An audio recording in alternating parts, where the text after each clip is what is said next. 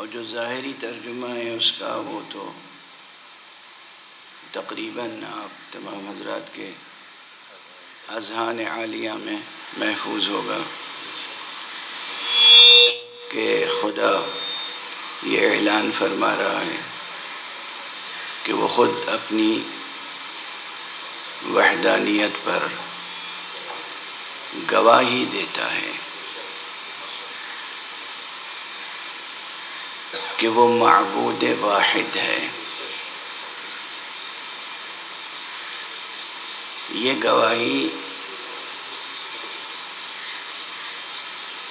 خود ہماری اور آپ کی فطرت میں پوشیدہ ہے۔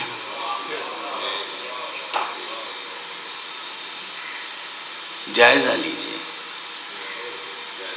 غور کیجیے۔ یہ لفظ غور کسے کہتے ہیں معلوم ہے؟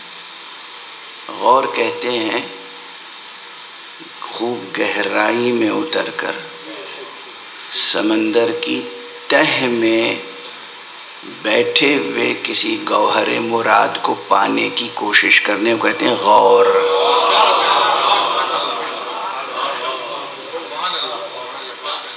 تہ میں اس کے لیکزیکل میننگ، ڈکشنری میننگ جو ہیں، لغوی معنی، وہ گہرائی میں اترنے کے ہیں۔ غور عربی سے یہ اردو میں آیا ہے، یہ ہندی کا لفظ نہیں ہے، عربی کا ہے۔ غور کرنا، جیسے استنباط کا لفظ یہ بھی عربی سے آیا ہے اردو میں۔ استنباط جو لوگ ڈکشنری ہی دیکھ کے معانی کی جستجو کے عادی ہیں، ان کے لیے یہ عرض کر دوں کہ استنباط عربی ڈکشنری میں اگر الف کے باب میں دیکھیں گے تو یہ لفظ نہیں ملے گا، چونکہ اس کا روٹ ورڈ نون بے ط ہے، نبطہ۔ نبطہ سے بنا ہے استنباط، تو وہ نبطہ میں ملے گا، اور نبطہ کے معنی ہے زمین میں اتنی گہرائی تک اترنا کہ پانی میسر آ جائے۔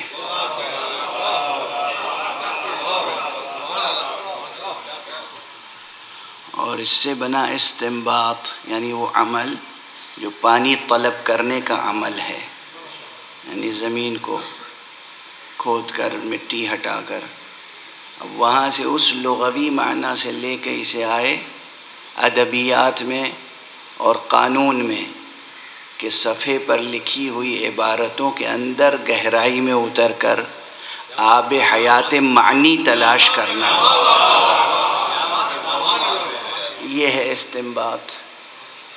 قانون کی کوئی عبارت لکھی ہوئی ہے، اس عبارت میں ڈوب کر گہرائی میں جا کر حقیقت حکم کو، نوعیت حکم کو تلاش کرنا اور واضح کرنا، یہ ہے استنباط۔ تو غور کرنا اور استنباط کرنا، یہ دونوں جو ہے اپنی ذات سے شروع کیجیے، اپنی ذات میں ڈوبنا شروع کیجیے، اپنی ذات میں استنباط کا عمل شروع کیجیے۔ کوشش کیجیے کہ گوہر فطرت پر جو عبارت لکھی ہوئی ہے وہ پڑھ سکیں، اور گوہر فطرت کے قلب میں جو راز چھپے ہوئے ہیں وہ منکشف کر سکیں۔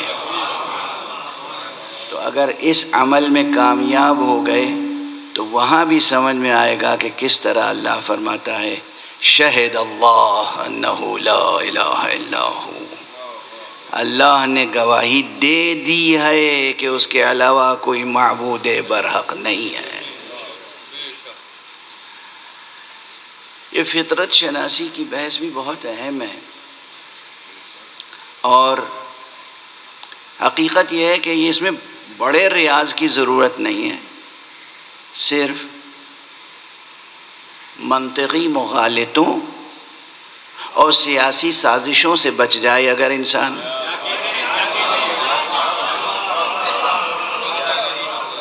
بس دو چیزیں ہیں، اگر سیاسی سازشوں سے بچا رہے جو خود انسان کے خلاف ہوتی رہتی ہیں، اور اگر منطقی مغالطوں سے بچ جائے. اسی لیے منطق میں باب مغالطہ بہت تفصیل سے پڑھایا جاتا ہے. مغالطہ کہتے کسے ہیں؟ غالطہ یغالط مغالطہ. مغالطہ کسے کہتے ہیں؟ کسی کو غلطی میں ڈالنا، جان بوجھ کے غلطی میں مبتلا کرنا. یہ کبھی معنوی ہوتے ہیں اور کبھی لفظی ہوتے ہیں. لفظیں ایسے استعمال کی کہ اس کے 2 معنی تھے یا 3 معنی تھے یا کئی معنی تھے، اور بیچ میں کوئی قرینہ نہیں رکھا، سننے والا کچھ سمجھ رہا ہے، کہنے والا کچھ سمجھ کے کہہ رہا ہے. نتیجہ کیا ہوگا؟ غلطی میں مبتلا ہو سکتا ہے، بلکہ ہو جائے گا. تو کچھ لفظی مغالطے ہوتے ہیں اور اس کی قسمیں ہیں، تفصیل سے لکھی ہوئی ہیں. کچھ معنوی مغالطے ہوتے ہیں کہ مضمون ہی ایسا پیش کیا گیا کہ جس میں انسان غلطی میں مبتلا ہو جائے. دشمن غلطی میں مبتلا کرتا ہے. اگر انسان نے منطق اچھی طرح سے نہیں پڑھی تو غلطی میں مبتلا ہو جاتا ہے. تو منطق میں باب مغالطہ اور پورا علم منطق اسی لیے بہت محنت کے ساتھ حوزہ علمیہ میں پڑھایا جاتا ہے کہ کہیں ہم کسی مغالطے میں مبتلا نہ ہو جائیں، یا ہم کوئی بات ایسی نہ کہہ دیں کہ جس میں نادانستہ طور پر مغالطے کا پہلو پیدا ہو جائے. یعنی نہ دوسرے کے مغالطے میں ہم مبتلا ہوں، نہ ہماری طرف سے کوئی ایسی بات ہو جائے کہ جس میں مغالطہ ہو. واضح ہے؟ اگر انسان واقعاً فکری اور منطقی مغالطوں سے محفوظ رہ جائے، اور یہ بہت بڑا مقام ہے. حقیقتاً فلسفی وہی ہوتا ہے کہ جو اپنے سے پیشتر گزرے ہوئے حکماء اور فلاسفہ کی باتوں میں دانستہ یا دانستہ پائے جانے والے مغالطوں کو دور کر کے حقیقت کو مزید نمایاں کر دے. ایک فلسفی کا یہ بڑا وظیفہ ہوتا ہے، اور پہچان اس کی یہی ہوتی ہے. اس کی شناخت اور اس کی عظمت اس میں پوشیدہ ہے کہ گزشتگان کے یا معاصرین کے افکار میں پائے جانے والے جھول کو، مغالطے کو، خلل کو پہچان لے اور اس کے بعد پھر اس کا علاج کرے. صرف فلسفے کی کتابیں پڑھ لینا اور ان کو دہراتے رہنا بغیر سوچے سمجھے ہوئے کسی کے فلسفی ہونے کی پہچان نہیں ہے. اور ماشاءاللہ ہمارے معاشرے میں تو کئی بڑے بڑے نام ایسے ہیں کہ جنہوں نے صرف مغرب کی، مشرق کی چند کتابیں دیکھیں، کچھ ان کا بیان کچھ ان کا بیان، اور لپیٹ کے پیش کر دیا آپ کے سامنے، آپ نے انہیں فلسفی تسلیم کر لیا. اب نام نہیں لوں گا، حد ادب ہے، جستجو کرنا آپ کا کام ہے. ایک صلوات پڑھ دیجئے.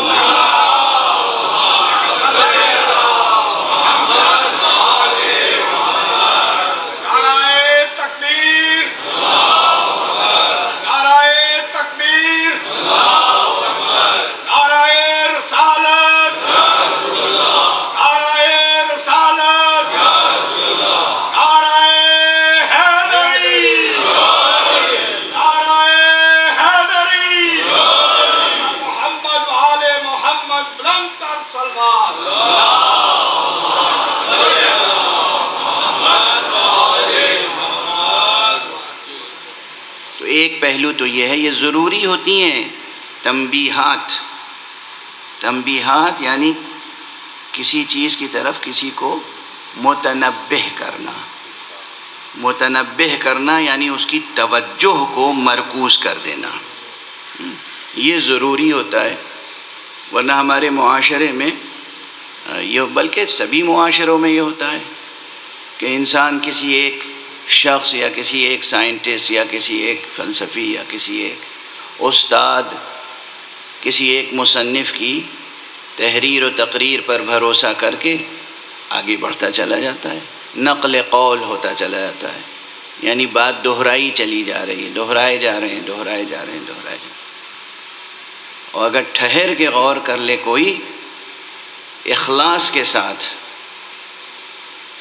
تو پروردگار نے ایک وعدہ کیا ہے، اور عملاً وہ جو وعدہ کرتا ہے اسے پورا کرتا ہے، اور اس کے علاوہ کون ہے جو اپنا وعدہ پورا کر سکے سوائے ان کے جن کو وہ مقام شہادت میں اپنے ساتھ پیش کر سکے۔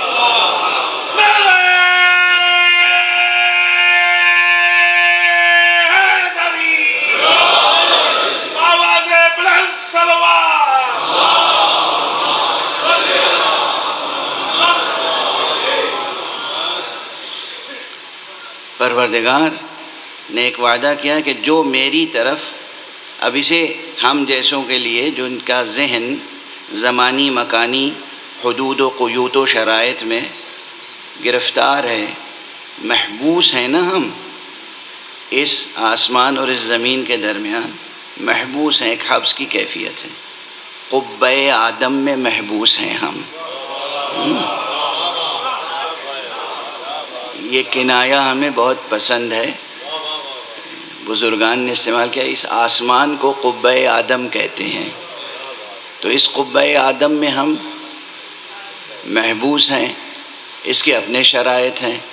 اگر اس قبہ آدم سے ہم نکلنے کی کوشش کریں تو اس قبے کے باہر بھی تو ایک جہان ہے، بلکہ بہت سے جہان ہیں، بہت سے جہان ہیں۔ تو ہماری عقل، ہماری قوت ادراک، ہماری قوت فہم، ہمارے استدلال کے تمام وسائل وہ محدود ہیں زمان و مکان کے حصار میں، اور چونکہ محدود ہیں زمان و مکان کے حصار میں، تو پھر گفتگو بھی ہم سے انہی تشبیہات و استعارات کے ساتھ ہوتی ہے۔ اللہ سبحانہ و تعالی نے ایک حدیث قدسی میں فرمایا، اور پیغمبر صلی اللہ علیہ وآلہ وسلم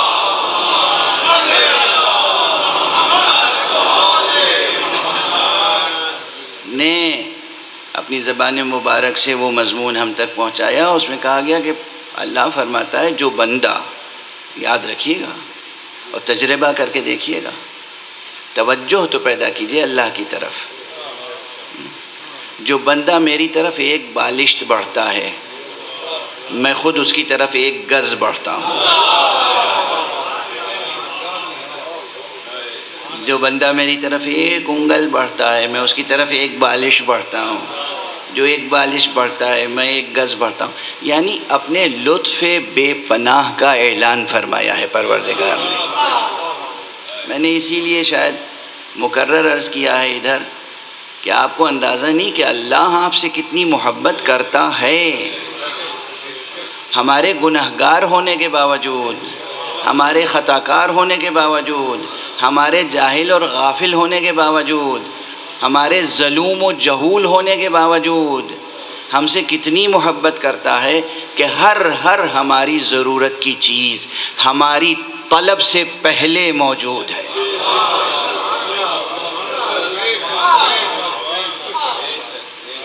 وہ ہے کریم پروردگار، وہ ہے عظیم پروردگار، تو ہر چیز ہماری طلب سے پہلے موجود ہے، اس کے بعد ہمارا وجود آتا ہے۔ وہ رحیم جب بغیر طلب عطا کرتا ہے اور پھر اس کے بعد مزید اذن طلب عطا کرتا ہے، یہ تو ہم نے زمین دے دی، آسمان دے دیا، زمین سے آسمان تک پوری کائنات دے دی، تیرے لیے خلق کی، سورج چاند ستارے سب بنائے اور ان کو مسخر کر دیا تمہارے لیے۔ یہ سب مضامین قرآن مجید میں موجود ہیں، کوئی مبالغہ شاعرانہ نہیں ہے، یہ کوئی سخن آوری نہیں ہے، مضمون آوری نہیں ہے، یہ سب قرآن مجید میں موجود ہے کہ ہم نے یہ سب تمہارے لیے مسخر کر دیا۔ اچھا، یہ سب بنا کے مسخر کر دیا اور پھر اذن طلب بھی دیا،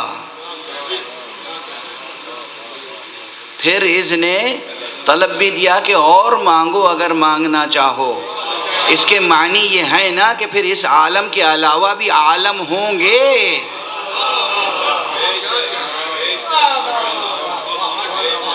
جو لوگ اس زمان و مکان کے ماورا کسی بھی حقیقت کے منکر ہیں، اگر وہ رب پر یقین رکھتے ہیں تو کم سے کم انہیں سمجھنا چاہیے کہ یہ پورا عالم، یہ پوری کائنات تو بے طلب عطا کی ہے. اب اگر ہم دست طلب بلند کریں تو کیا کچھ عطا فرمائے گا. ایک صلوات پڑھ دیجئے محمد.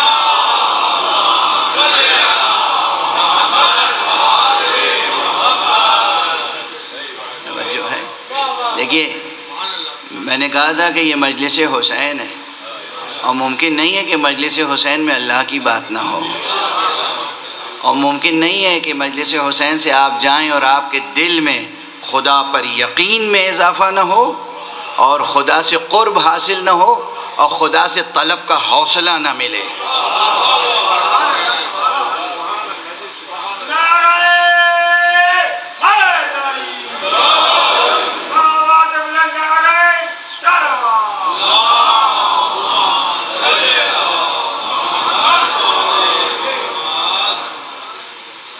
خدا شناس بنیں، خدا سے محبت کریں، خدا سے طلب کریں.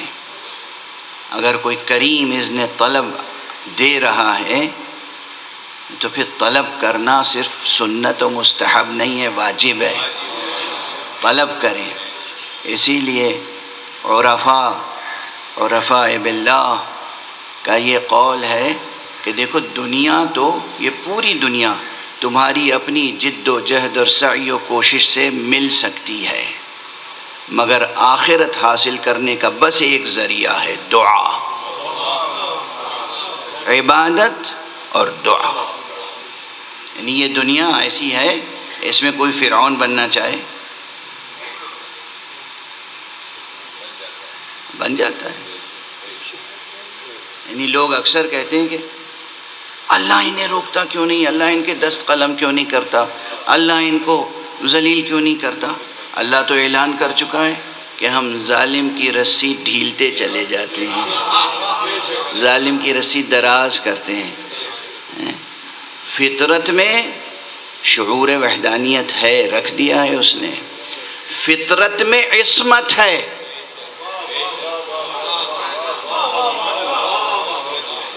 کاش ہمارے جوانوں کو یہ جملہ یاد رہ جائے اس فقیر کا. فطرت میں عصمت ہے، فطرت میں عصمت ہے، فطرت میں عصمت ہے. اگر انسان سازشوں کا شکار نہ ہو، مغالطوں میں مبتلا نہ ہو، تو کبھی غلطی میں مبتلا نہیں ہوگا، کبھی گناہ نہیں کرے گا، کبھی کسی بری چیز کو پسند نہیں کرے گا. کہ ہر ایک کے اندر یہ فطرت ہے. کہیں نہ کہیں صبح سے شام تک آپ محسوس کرتے ہوں گے، اچھی چیز نظر آئی پسند آتی ہے، اچھی بات سنی پسند آتی ہے، بری بات سنی پسند نہیں آتی، برا منظر سامنے آیا اچھا نہیں لگا. یہ کیا ہے؟ یہ پہچان ہے کہ فطرت میں عصمت ہے.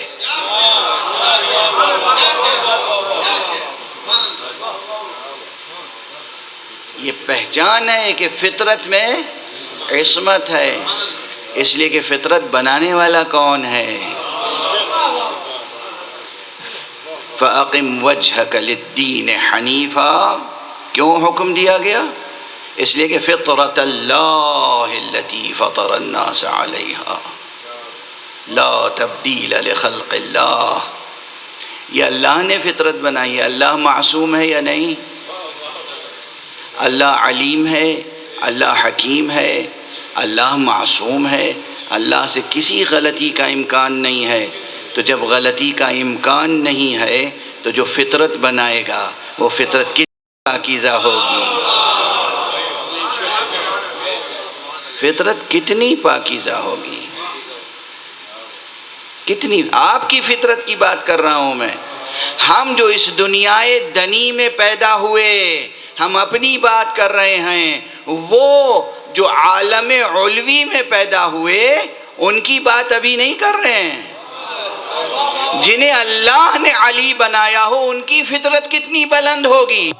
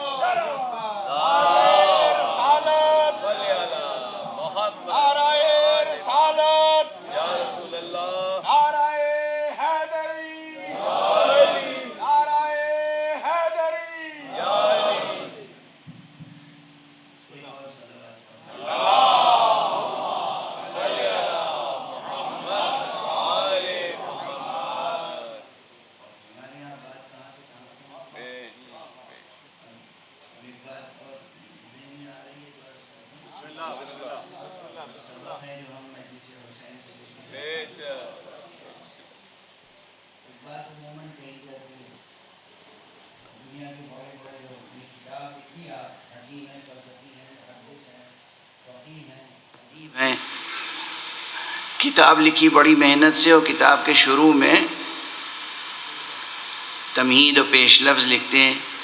اس پیش لفظ میں خوب لکھتے ہیں کہ بھئی ہم نے اس میں بڑی محنت کی ہے اور بہت شاندار شاہکار پیش کر رہے ہیں آپ کے سامنے.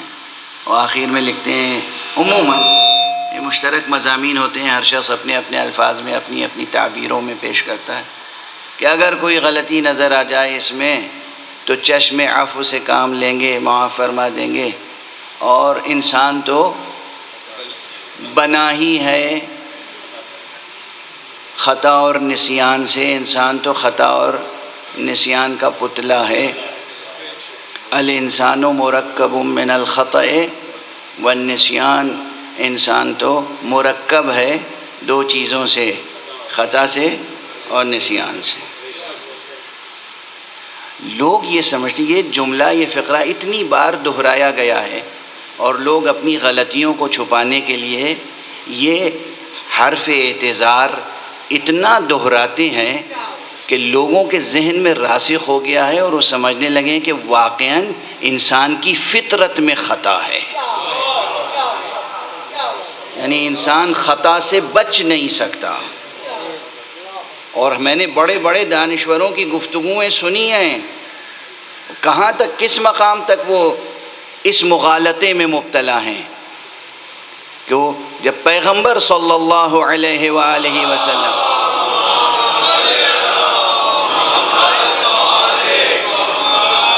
کی عصمت کی ہم بات کرتے ہیں کہ وہ معصوم ہیں، کسی اور کی نہیں، پیغمبر کی.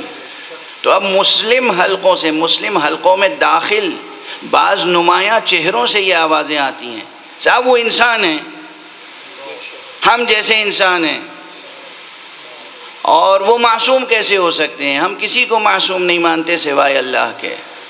یہ بڑی شدت سے ایک بات کہی جا رہی ہے، رسول کے تعلق سے بھی اور رسول کے بعد ہونے والے اہل بیت رسالت سے ہونے والے ائمہ اطہار کے تعلق سے بھی. ایک صلوات پڑھ دیجئے محمد.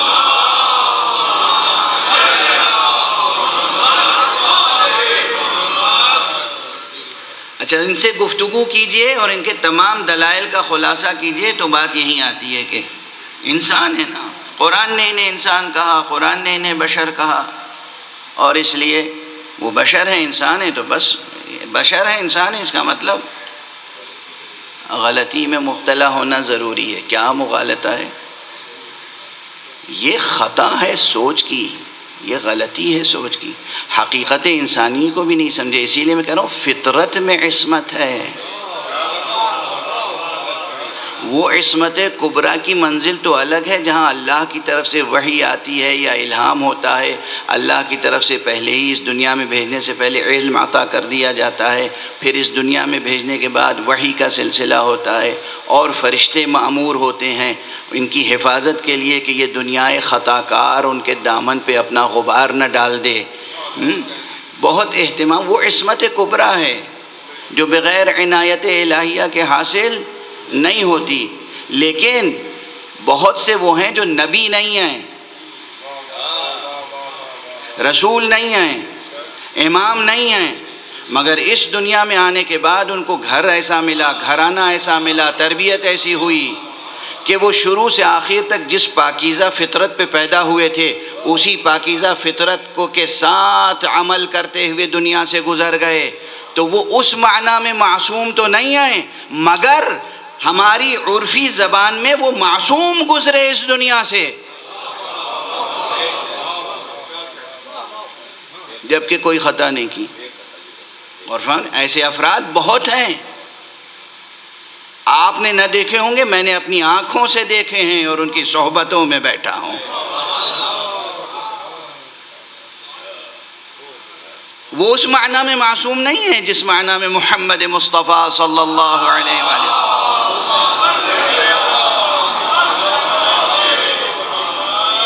وہ اس معنی میں معصوم نہیں ہے جس معنی میں حضرت امیر المومنین علی ابن ابی طالب علیہ السلام.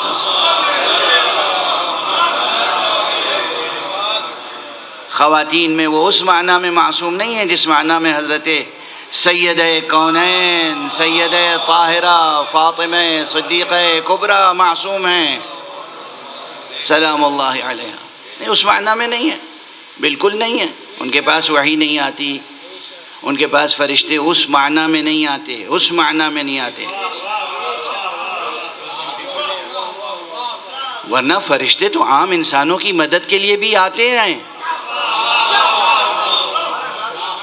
کتنی آیتیں اور کتنی روایتیں گواہ ہیں. ہم آپ کے لیے کہیں کہ آپ قدم اٹھائیے فرشتے آپ کی مدد کریں گے تو آپ کی پیشانی پہ خوشی اور مسرت کے پھول کھل جاتے ہیں. اور اگر ہم کہیں کہ فاطمہ زہرا کے گھر میں فرشتے آ کے مدد کرتے تھے، چکی چلاتے تھے، بچوں کو کھلاتے تھے، تو پھر آپ اس کو غلو کہتے ہیں. اس فکر کو، اس فکر خطا کار کو اصلاً فکر نہیں شیطنت کہتے ہیں. جہاں محمد اور آل محمد علیہم الصلاۃ والسلام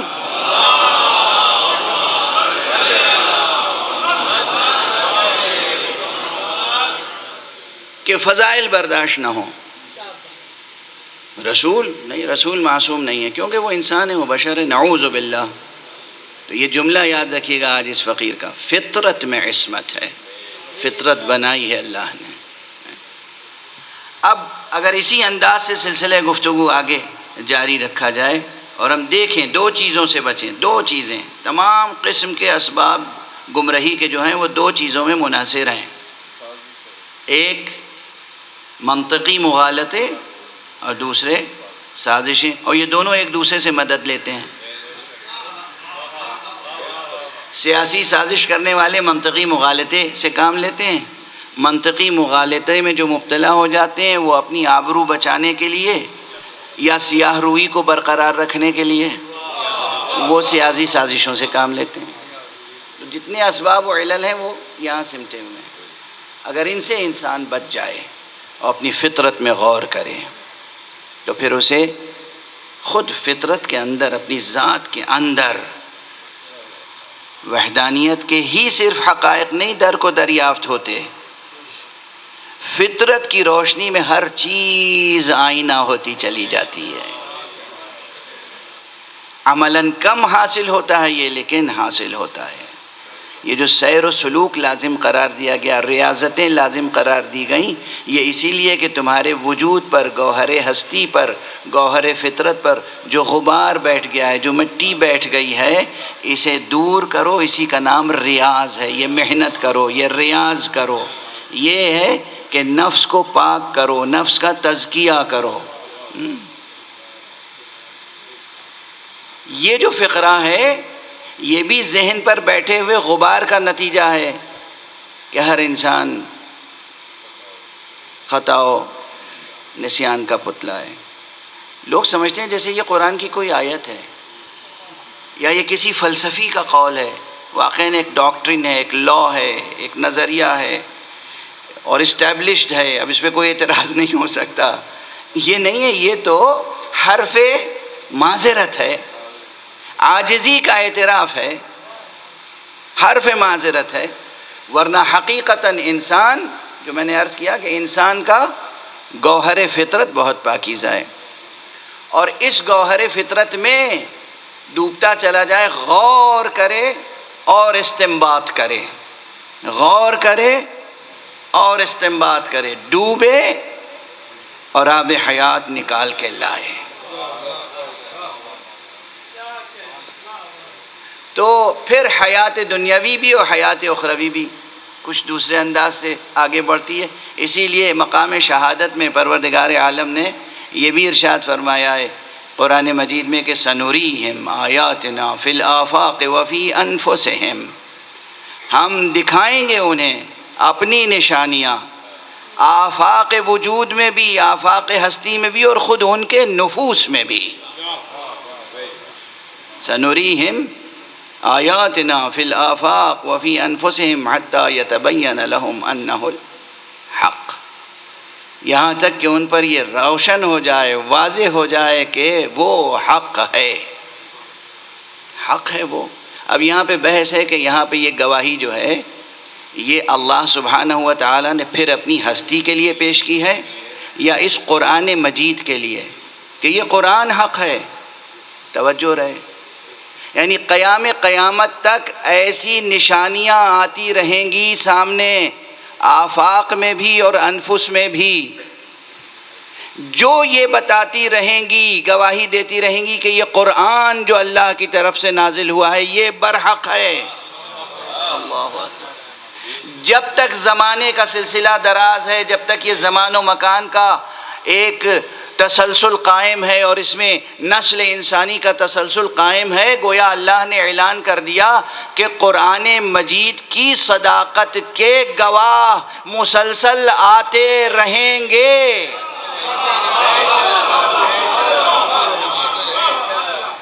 اور یہی ایک سبب ہے کہ ہم کسی عالم کے ترجمے اور تفسیر پر ٹھہر کر یہ نہیں کہہ سکتے کہ قرآن مجید کو سمجھنے کا حق ادا ہو گیا۔ کتنی ہی محنت سے کوئی کرے، بسم اللہ، آپ نے اپنا حق ادا کیا، قرآن کا حق نہیں ادا ہوا۔ آپ نے اپنا حق ادا کرنے کی کوشش کی، قرآن کا حق نہیں ادا ہوا۔ یہ نہ سمجھیے کہ جو کچھ قرآن کی عبارتوں میں مضامین تھے سب آپ نے سمجھ لیے اور بیان کر دیے، گویا آپ اتنا بڑا دعویٰ کرنا چاہتے ہیں کہ آپ کا ذہن اور آپ کا قلب ظرف علم الہی ہے۔ نہیں، اس مغالطے میں مبتلا نہ ہو جائیے گا۔ آپ اپنی عاجزانہ کوشش کیجئے، قرآن مجید کو پڑھیے، سمجھیے، ترجمہ کیجئے، تلاوت کیجئے، تفسیر کیجئے، تعویل تک پہنچنے کی کوشش کیجئے، مگر یہ نہ سمجھیے کہ حق ادا ہو گیا، ایسے کہ اگر یہ آیت قرآن مجید پر گواہی دینے والی آیت ہے، سنوریہم آیاتنا فی الآفاق وفی انفسہم، تو یہ خود کہہ رہی ہے کہ ہم دکھاتے رہیں گے۔ ہر نسل سے خطاب قرآنی ہے نا کہ ہم آفاق میں بھی وہ نشانیاں پیدا کریں گے اور تمہارے نفوس میں بھی۔ یعنی اسی آیت سے یہ بات سمجھ میں آتی ہے کہ یہ کائنات تمام نہیں ہے، یہ کائنات ابھی ناتمام ہے، شاید کیا رہی ہے دمادم صدائے کن فیکون۔ یہ بہت بلند مقام سے اقبال کی زبان سے آئے ہیں یہ دو مصرے، حقیقتاً ایسا ہے، یعنی کہ اللہ تعالیٰ نے یہ بنا دی کائنات اور بس اب بن گئی، اب وہ فراغت حاصل ہو گئی اسے، اور وہ بیٹھا ہوا ہے، اور کسی یہودی ذہن کو یہ اجازت ہے کہ وہ طعنہ دے کہ ید اللہ مغلولہ، اللہ کے ہاتھ تو اب بندھ گئے ہیں، بندھے ہوئے ہیں۔ نہیں، بل یداہ مبسوطتان، نہیں، اس کے ہاتھ ابھی کھلے ہوئے ہیں۔ اللہ کے ہاتھ کھلے ہوئے ہیں کہ کیا معنی ہے؟ اللہ کے ہاتھ کھلے ہوئے ہیں کہ کیا معنی ہے؟ یعنی اس کا ہاتھ مسلسل، یعنی وہ مسلسل ابھی تخلیق کا کارخانہ چل رہا ہے، قائم ہے۔ تو تو نہ سائنس کا کارواں رکنے والا ہے، نہ فلسفے کا کارواں رکنے والا ہے، نہ حیات انسانی کا، نہ سفر کائناتی کا. یہ سلسلہ جاری ہے، اور جب تک جاری ہے نئی نئی نشانیاں، نئی نئی دلیلیں، نئی نئی حجتیں ہمارے سامنے آتی رہیں گی. یہ حجتیں خارج سے بھی آئیں گی، آسمان سے آئیں گی، آفاق ارض و سما سے آئیں گی، اور خود ہمارے نفوس سے، ہماری ذات کے اندر سے آئیں گی. یہ کہنے کا مطلب یہ ہے کہ جو انسان گزر چکے، آنے والے انسان ان سے بالکل ایک جیسے نہیں ہوں گے. ذرا اس آیت میں سوچ رہے ہیں آپ؟ اگر کسی انسان کے نفس میں کوئی آیت الہی نئی پیدا ہو گئی تو وہ نبی نہیں ہو جائے گا، رسول نہیں ہو جائے گا، وہ وصی رسول نہیں ہو جائے گا، لیکن وہ عام انسانوں کے درمیان ایک ممتاز بشر ضرور ہوگا. اسی لیے ہر انسان کو حقارت کی نگاہ سے نہ دیکھیے، ڈھونڈتے رہیے، تلاش کرتے رہیے، جستجو کرتے رہیے کہ انسان کہیں ایسا نہ ہو اس انسان کی ذات میں کوئی آیت الہی چھپی ہوئی ہو، کہیں اس انسان کی ذات میں کوئی آیت الہی چھپی ہوئی ہو، کہیں اس انسان کی ذات میں آیت الہی چھپی ہوئی ہو. سمجھ رہے ہیں آپ؟ انسان کی عظمت، انسان کی حرمت کے اسرار میں سے ایک سر یہ ہے کہ اللہ نے وعدہ کر رکھا ہے کہ ہم ان کی ذات میں، ان کے نفوس میں ایک طرف دوسروں کو جب دیکھیں تو حقارت سے نہ دیکھیں، عبرت کی نگاہ سے دیکھیں، احترام حرمت کی نگاہ سے دیکھیں. حرمت اور عبرت، احترام دیں اور عبرت حاصل کریں کہ اس شخص کی زندگی میں کوئی نشانی تو نہیں ہے اللہ کی. اور اپنے نفس کا لحاظ ہر وقت اس طرح کریں، مراقبہ اس طرح کریں، مراقبہ اس طرح کریں کہ دیکھتے رہیں اللہ آپ کی طلب پر آپ کی ذات میں کوئی نشانی تو نہیں پیدا کر رہا ہے. یہ آیت ایسی اخلاقی تربیت بھی پھر کرے گی کہ آپ کبھی ڈپریشن میں مبتلا نہیں ہوں گے، اپنی ذات سے بھی امید وابستہ رہے گی، کبھی انسانیت سے بیزار نہیں ہوں گے، ہر انسان سے امید وابستہ رہے.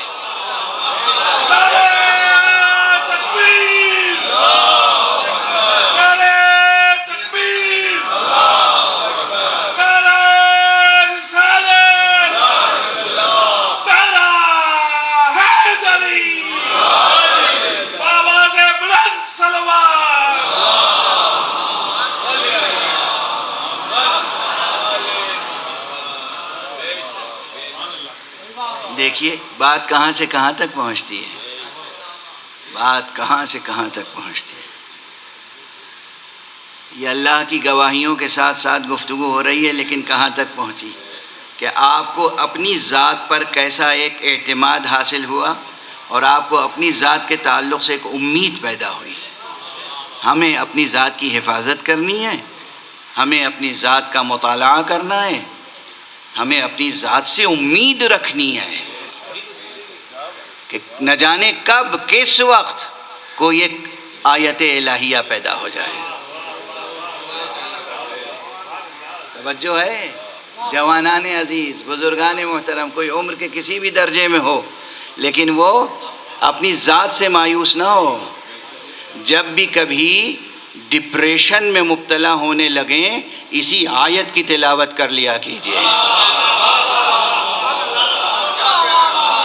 سنریہم آیاتنا فی الآفاق وفی انفسہم حتی یتبین لہم انہ الحق اولم یکف بربک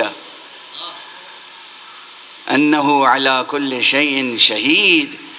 اس آیت کو اس نقطہ نظر سے بھی پڑھیں کہ آپ کے نفس کا اخلاقی اور عرفانی علاج و معالجہ ہوتا رہے.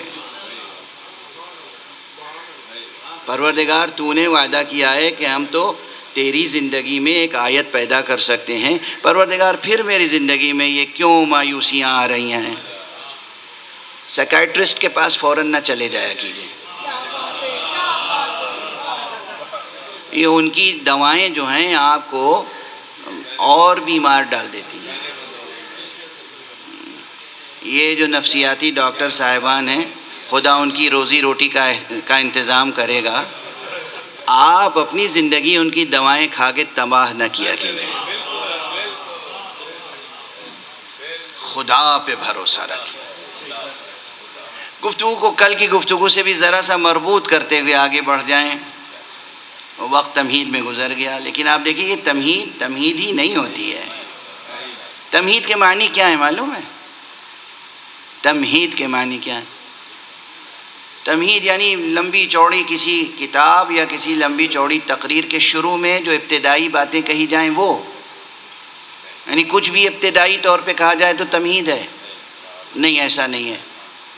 جیسے استنباط کے معنی میں کچھ گہرائی ہے، جیسے غور کے معنی میں گہرائی ہے، اسے تمہید کہتے ہیں۔ مہدہ یمہد تمہیدن، تمہید کہتے ہیں کسی حقیقت کے لیے راستہ استوار کرنا۔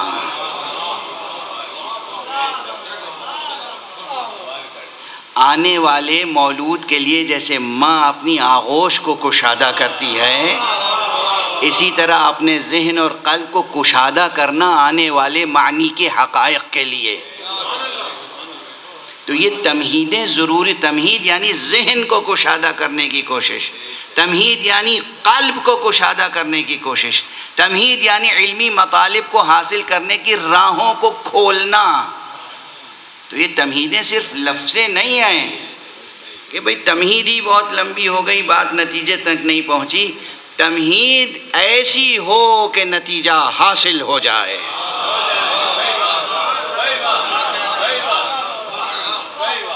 ایک صلوات پڑھ دیجئے محمد۔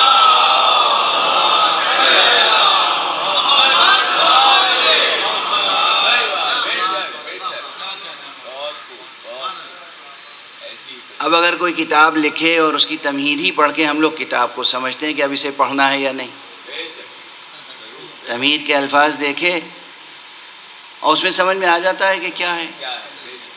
وہ تمہید کتاب کی گرہ نہیں کھولتی، صرف وہ ہمارے دل کی کلی بھی کھلتی ہے اگر تمہید میں واقعاً کچھ ہو، اور اگر تمہید میں صرف میں تو بھی خطرہ پیدا ہو جاتا ہے کہ ہم انسان رہیں گے یا گھاس چرنے والا کوئی جانور بن جائیں گے۔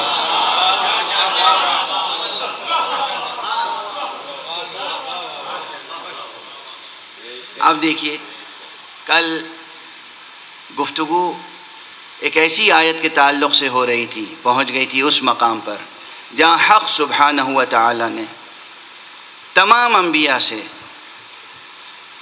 ہمارے نبی خطیب قرآن خاتم النبیین صلی اللہ علیہ وآلہ وسلم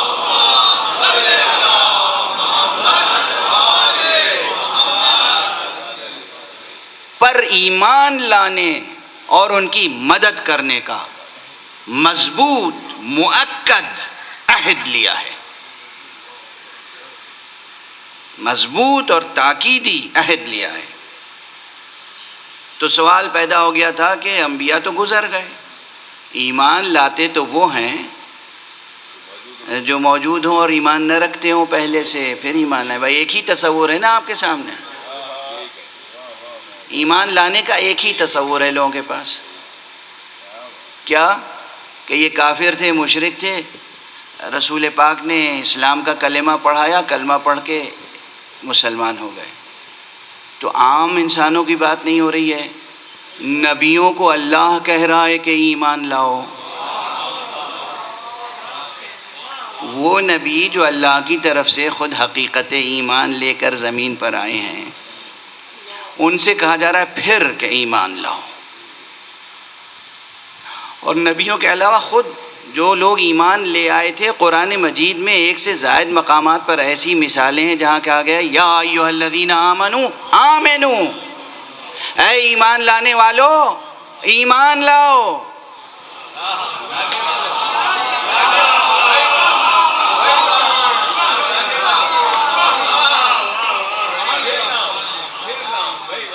اسی لیے آپ کی ذہانتوں پہ میرا اعتماد بڑھتا چلا جاتا ہے۔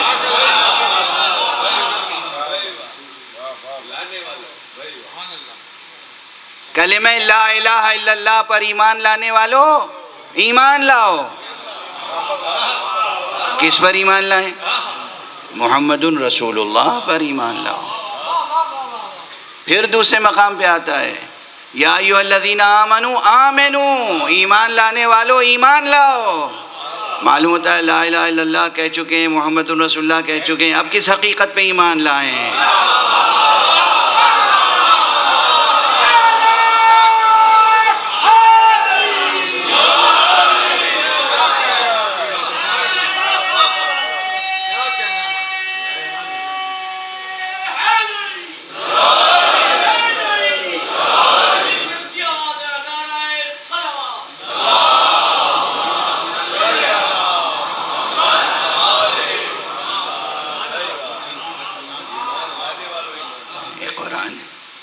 یہ قرآن ہے اور یہ سفر ہدایت ہے، یہ قرآن ہے اور یہ سفر ہدایت ہے۔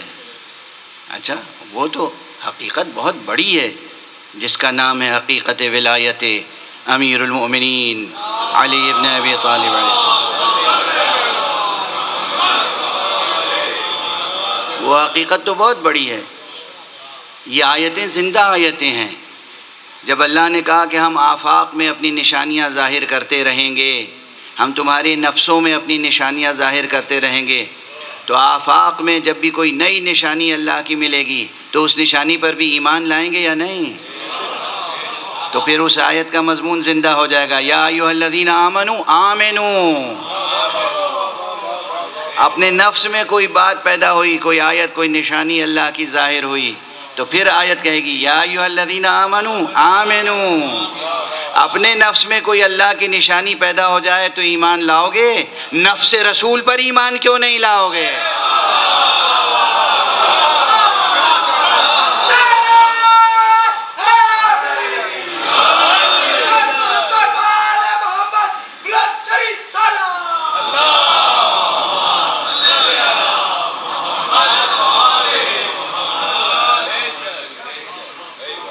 دیکھیں کس کس طرح گفتگو گزرتی ہے، کہاں کہاں سے، کن کن منزلوں سے۔ یہ گفتگو ایک وحدت ہے، ایک وحدت۔ الفاظ کی کثرت میں معنی کی وحدت تلاش کیا کیجیے، الفاظ کی کثرت میں معنی کی وحدت تلاش کیا کیجیے۔ کل گفتگو پہنچ گئی تھی وہاں تک کہ بھئی نبیوں کو حکم دیا گیا آپ ایمان لائیں گے تاکید کے ساتھ، نصرت کریں گے۔ تو سوال اس کے ایک معنی تو یہ بیان کر دیا گیا کہ ہر نبی سے گویا یہ عہد لیا گیا کہ آپ اپنی امتوں کو بتائیں گے کہ جب نیا نبی آئے، آخری نبی آئے تو اس پہ ایمان لانا اور اس کی مدد و نصرت کرنا۔ لیکن خطاب لفظاً جو خطاب نبی سے ہے تو یہ ترجمہ قہری طور پر ہم اپنی کوتاہی عقل کی بنا پر کر رہے ہیں کہ اس میں ان امتوں کی قید لگا دی۔ بے شک امتیں شامل ہیں لیکن شامل حکم تو نبی بھی ہیں۔ تو جب ہر نبی سے کہا گیا کہ آپ ایمان لائیں گے اور نصرت کریں گے تو ذہن رک جاتا ہے، یہ ممکن کیسے ہوگا؟ بس یہیں سے حکیمانہ و فلسفیانہ بحثیں ناگزیر ہو جاتی ہیں۔ ناگزیر، چارہ نہیں ہے کہ ہم سوچیں کیسے ایمان لائیں گے، کیسے مدد کریں گے۔ خواب میں ایمان لائیں گے، خواب میں مدد کریں گے، وہیں عالم برزخ میں ایمان لائیں گے، وہاں مدد کریں گے۔ یا نبی ہیں اس دنیا سے نکلے تو ان کا ٹھکانہ تو بس جنت ہے، تو جنت میں ہیں وہاں ایمان لائیں گے، وہاں سے نصرت کریں گے، یا کچھ اور ہی حقیقت ہے؟ پیچیدہ سوالات ہیں نا۔ یہاں ہم مجبور ہوتے ہیں، حکیمانہ تفکر خود پیدا ہوتا ہے مسائل کو حل کرنے کے لیے، اور اسی لیے اسپیس ٹائم تھیوری جو ہے اس پر ہم کو بھی سوچنا پڑتا ہے۔ یہ صرف سائنسدانوں کا کام نہیں ہے، یہ آپ کا بھی کام ہے، ہمارا بھی کام ہے۔ قرآن مجید کے ہر طالب علم کا یہ کام ہے کہ زمان و مکان کی حقیقت اور ماورائے زمان و مکان کی حقیقتوں پر غور کرے، لیکن غور کرنے کے بعد جس نتیجے پر بھی پہنچے اس نتیجے کو حتمی قرار دینے سے پہلے قرآن و سنت سے تائید تلاش کر لے۔ اگر تائید ہوتی ہے تو وہ حق ہے، تائید نہیں ہوتی ہے تو سفر مزید جاری رہے گا۔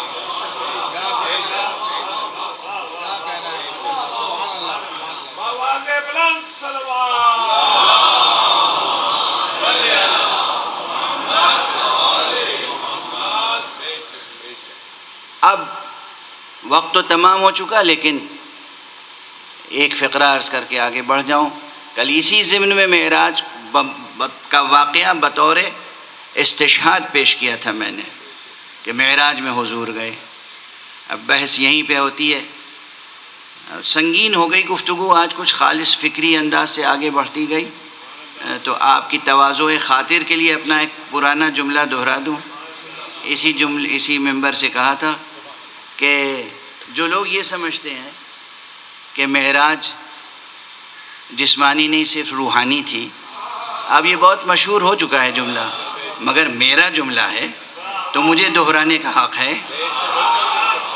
دوسرے میرا جملہ دہرائیں تو دہرائیں، لیکن مجھے تو حق بہرحال حاصل رہے گا۔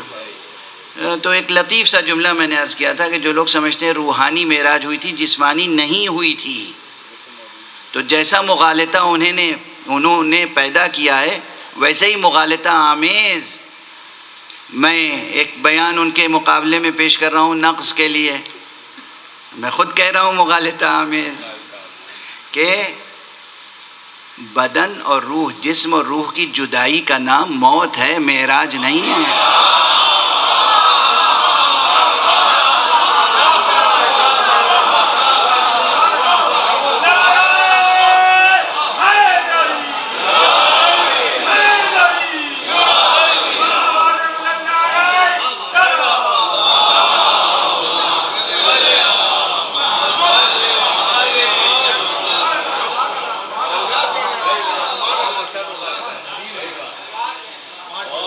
اور صرف یہ مغالطہ آمیز ہے، مغالطے پہ مبنی نہیں ہے، چونکہ یہ جملہ اپنی جگہ ایک حقیقت رکھتا ہے۔ حقیقت ہے کہ بدن اور روح کی جدائی موت ہے، معراج نہیں ہے۔ پھر معراج کیا ہے؟ معراج نام ہی اس کا ہے کہ روح اتنی قوی ہو، اس قدر مستحکم ہو، ایسی مضبوط ہو، اتنی قوت ہو روح میں کہ جہاں تک روح اپنا سفر جاری رکھے اپنے ساتھ جسم کو بھی لیتی چلی جائے، اور جسم ہی نہیں، اگر دوش پر ردا ہے تو وہ بھی چلی جائے، قدم میں نعلین ہے تو وہ بھی چلی جائے۔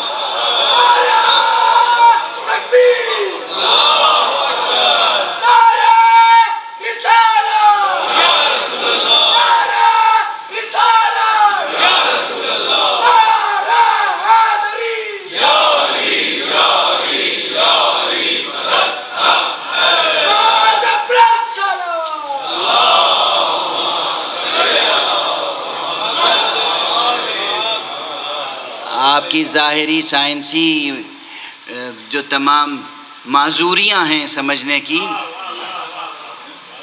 سائنسی معذوریاں ہیں، معجزات کو سمجھنے کی سائنسی معذوریاں ہیں، یہ ترکیب یاد رہے گی۔ یہ جملہ نیا ہے جو کہہ رہا ہوں، ویسے پوری تقریر نہیں تھی، بیچ میں اپنا پرانا کوئی جملہ دہرا دیتا ہوں تو خود کہہ دیتا ہوں کہ بھائی یہ پرانا جملہ ہے۔ کوئی ایک جملہ اگر دہراتا ہوں اپنا بھی تو حوالہ دے کر، دوسروں کا کیا دہراؤں گا؟ تو معجزات کو سمجھنے کی سائنسی معذوریاں ہیں، ان معذوریوں کو معذوریاں سمجھیں، انہیں حجت کا درجہ نہ دیں، انہیں حجت کا درجہ نہ دیں۔ یہ معذوری ہے، حجت نہیں ہے۔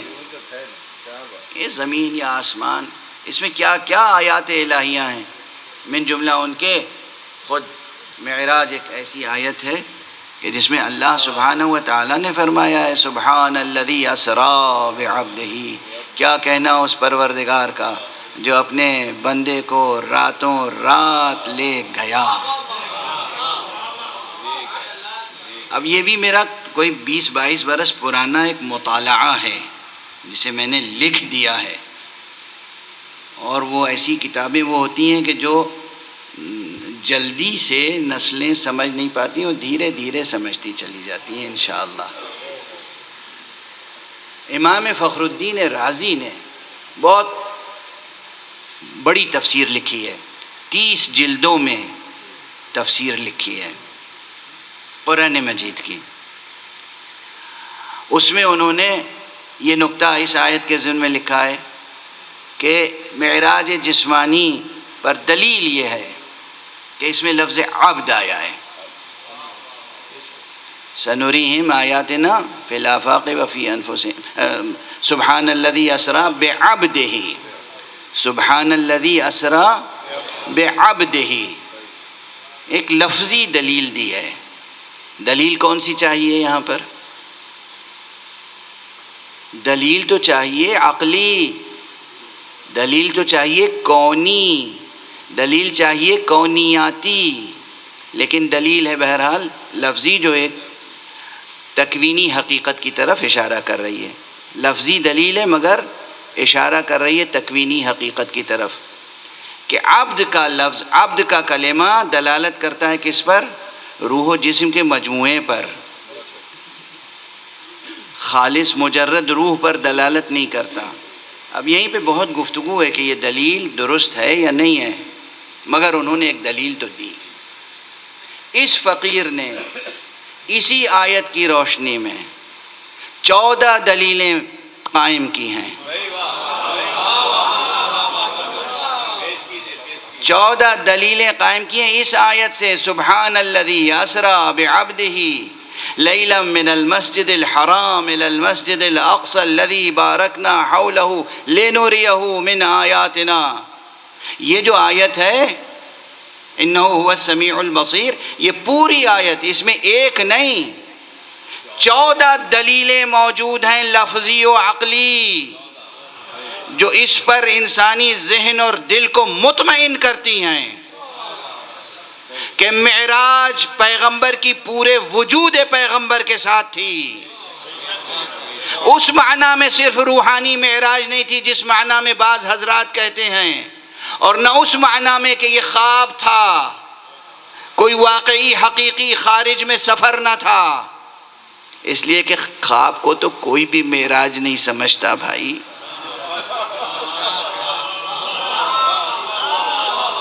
یعنی کیسی غور فرما رہے ہیں، خواب تو کوئی بھی معراج نہیں سمجھتا۔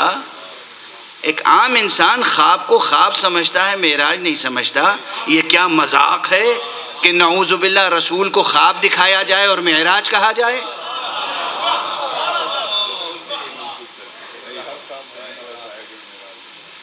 بہرحال اب جو کچھ کہہ چکا ہوں اسے مزید نہیں دہراؤں گا، اس ضمن میں پہلے عرض کر چکا ہوں۔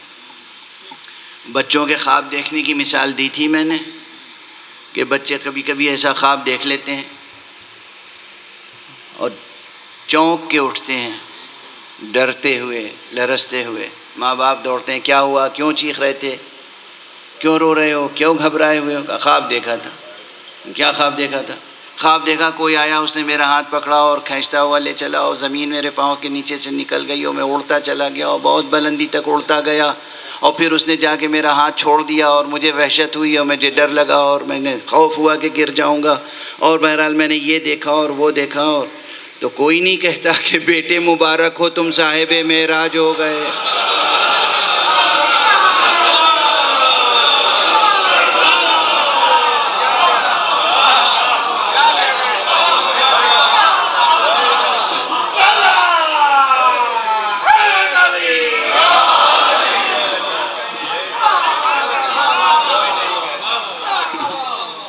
خواب کو تو کوئی بھی معراج نہیں سمجھتا۔ ہمارا مفسر جو ہے وہ پیغمبر کی معراج کو خواب سمجھتا ہے۔ نعوذ باللہ من ذالک، نعوذ باللہ من ذالک، نعوذ باللہ من ذالک۔ حق سبحانہ و تعالیٰ کی آیتوں کا انکار نہ کریں۔ اللہ سبحانہ و تعالیٰ کی آیتوں کا انکار ہو رہا تھا، کھلا ہوا انکار، تخت حکومت سے انکار۔ تخت حکومت پر بیٹھنے والا یہ کہہ رہا تھا کہ لعبت ہاشم بالملک فلا، ملک جاء ولا وحی نزل. یہ تو بنو ہاشم نے ایک کھیل کھیلا تھا اقتدار قائم کرنے کے لیے، ورنہ نہ کوئی فرشتہ نازل ہوا تھا نہ کوئی وحی نازل ہوئی تھی.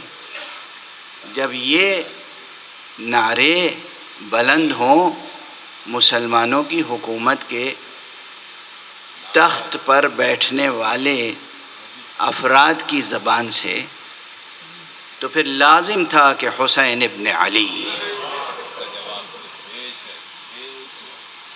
کھڑے ہوں، اٹھیں اور ناموس رسالت کو اور ناموس وحی کو محفوظ رکھنے کے لیے جو بھی قربانیاں ہیں وہ پیش کریں.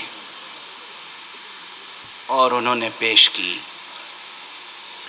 جس طرح مباہلے میں رسول غیروں کو نہیں لے گئے تھے، اسی طرح سمجھیے کربلا میں حسین کسی غیر کو نہیں لے گئے تھے.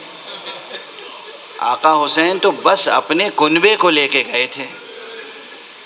سعادت مند تھے وہ جو آقا حسین کے ساتھ آ گئے. سعادت مند تھے وہ، ورنہ حسین تو اپنے کنبے کے افراد کو لے کے گئے تھے. کچھ خود حسین علیہ السلام کے فرزند تھے اور کچھ ان میں وہ تھے کہ فرزند تو بھائی کے تھے مگر حسین نے اپنے بچوں کی طرح انہیں پالا تھا. آقا امام حسن علیہ السلام جب اس دنیا سے جا رہے تھے تو اپنے بھائی سے وصیتیں کی اور اپنے بچوں کے تعلق سے وصیتیں کی. امام کے کئی بچے ابھی بہت چھوٹے تھے، کوئی 1 برس کا تھا، کوئی 2 برس کا تھا، کوئی 3-4 برس کا تھا. کئی بچے بہت چھوٹے تھے. ان بچوں کو آقا حسین نے اپنے بچوں کی طرح جینے کے لیے پالا تھا.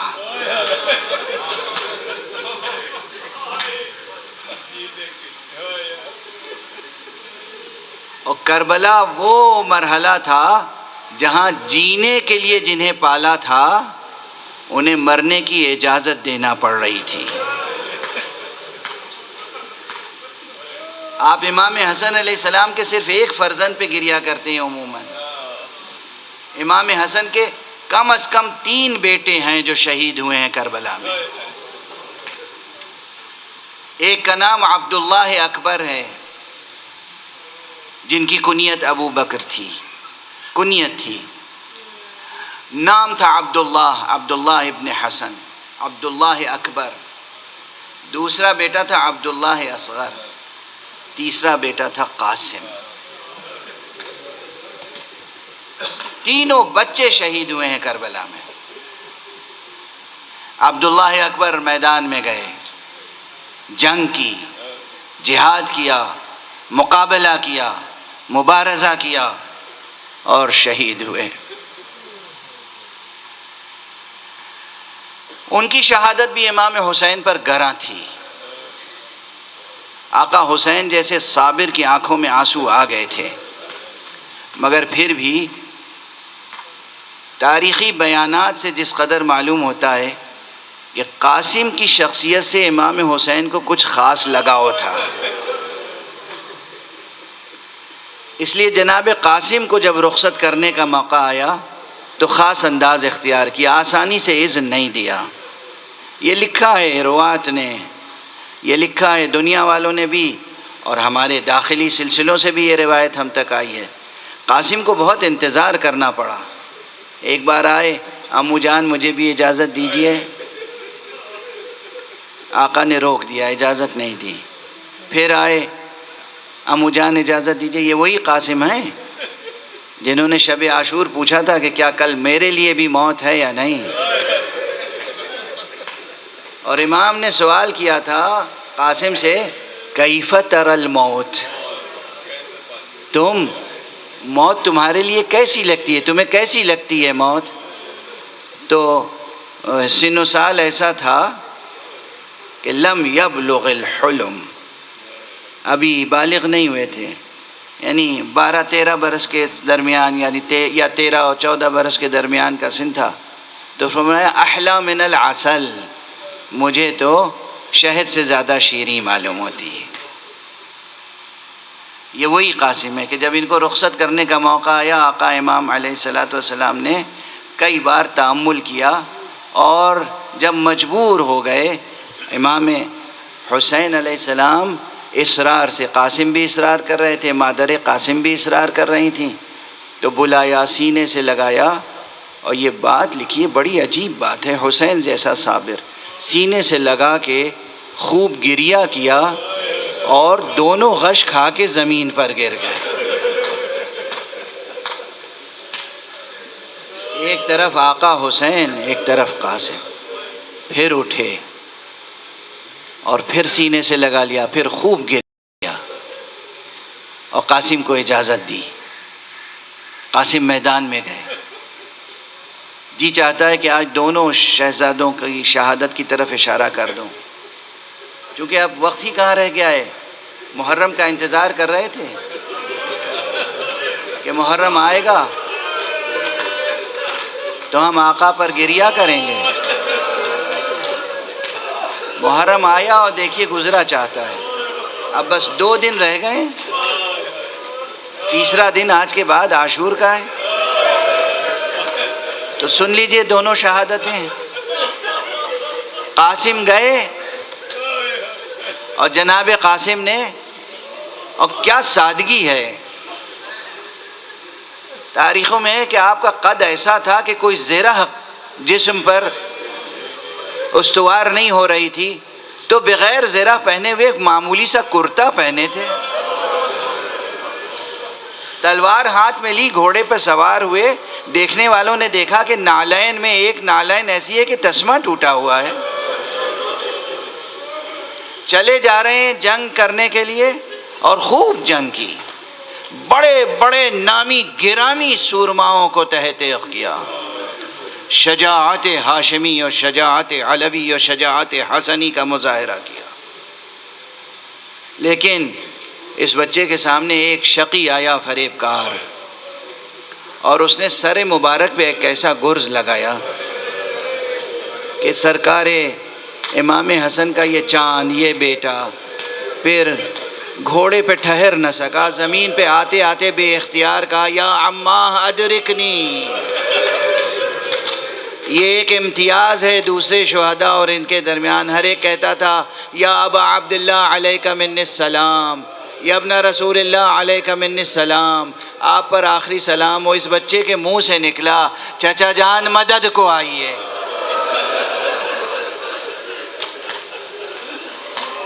آقا پہنچے میدان میں، بہت سرعت کے ساتھ پہنچے. دیکھا کہ سامنے ایک شقی ہے جو چاہتا ہے کہ اس چاند سے بیٹے کا سر قلم کرے. آپ نے اس پہ حملہ کیا اور بچے کو بچا لیا سر قلم ہونے سے. ٹھہریے گا، ابھی ٹھہریے گا، یہاں روک رہا ہوں اس لیے کہ پھر آپ گریہ کریں گے، بے قابو ہو جائیں گے، شبیہیں لے کے آ جائیں گے. اب میں تیسرے بچے کے حال کو ذرا سا بیان کروں. امام حسن ہی کا وہ بچہ بھی تھا کہ جب خود آقا حسین گھوڑے سے زمین پر آ گئے تو تاریخیں لکھتی ہیں، دشمن لکھتے ہیں، کیا ہیبت تھی حسین میں، کیا جلال تھا.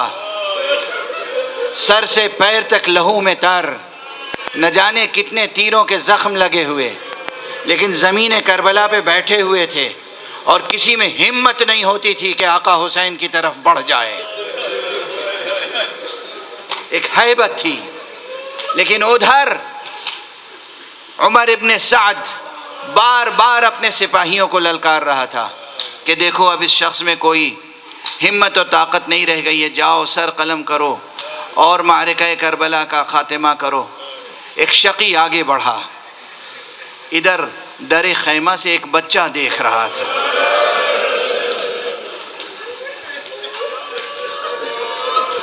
ہائے میرے چچا کہہ کے بچہ دوڑا.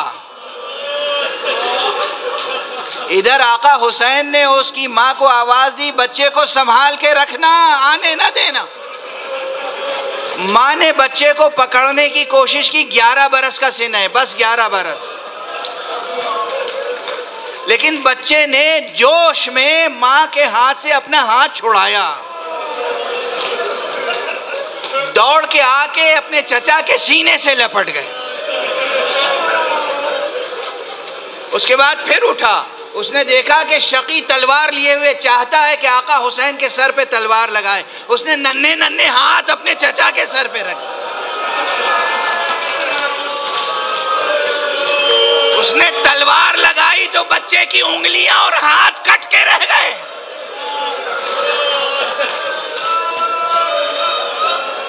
آواز بے اختیار فریاد کی نکلی، چچا! امام نے سینے سے لگایا، دشمن نے امام کی آغوش میں تیر سے اس بچے کو شہید کر دیا۔ یہ تھا عبداللہ اصغر، امام حسن کا بیٹا۔